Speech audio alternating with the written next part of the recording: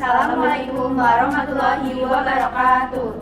Halo semuanya, perkenalkan kami dari kelompok 2 dengan topik bahasan pengelolaan sanitasi lingkungan berbasis akhlak terhadap alam. Perkenalkan, nama saya Amelia Putri Nazarin Afrodisias dengan NIM 2400029109 dan rekan saya. Perkenalkan, nama saya Rina Stani Wijaya dengan NIM 2400029110. Perkenalkan, nama saya Devin Agung Pratiwi dengan NIM 2400291127. Perkenalkan, nama saya Rana Maulina Handung dengan NIM 2400029135. Dalam kesempatan ini, kita akan membahas bagaimana ajaran Islam melalui nilai khalifah, amanah, dan kebersihan bisa diterapkan dalam menjaga lingkungan, khususnya dalam pengelolaan sanitasi dan sampah masyarakat. Mari kita mulai. Yang pertama ada konsep khalifah fil ard atau kepemimpinan di bumi.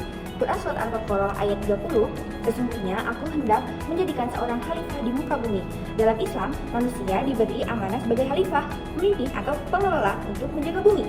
Manusia bukanlah pemilik mutlak bumi, melainkan dia hanya seorang penjaga. Sebagai khalifah, kita punya tanggung jawab untuk menjaga ciptaan Allah seperti air, tanah, udara, dan seluruh makhluk hidup.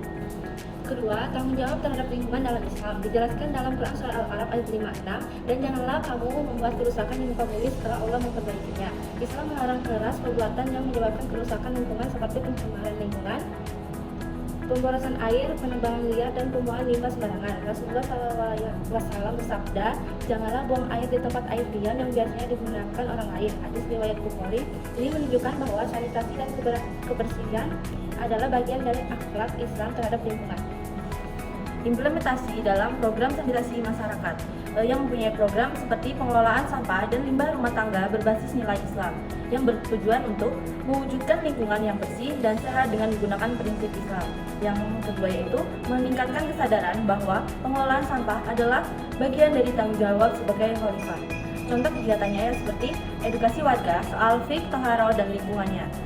Yang seterusnya itu pemilahan sampah organik maupun organik yang berbasis rumah tangga, dan yang seterusnya itu membuat lubang biopori atau komposter untuk limbah dapur. Yang keempat itu ada Khalifah Peduli Lingkungan.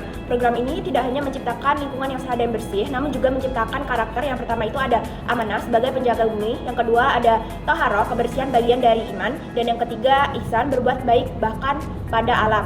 Dan yang terakhir itu ada zuhud, hidup sederhana dan tidak berlebihan. Hasilnya, kesadaran masyarakat meningkat, polusi berkurang, dan terbentuk komunitas peduli sanitasi berbasis nilai Islam. Terima kasih telah menonton video kami, semoga bermanfaat. Thanks for watching. Wassalamualaikum warahmatullahi wabarakatuh.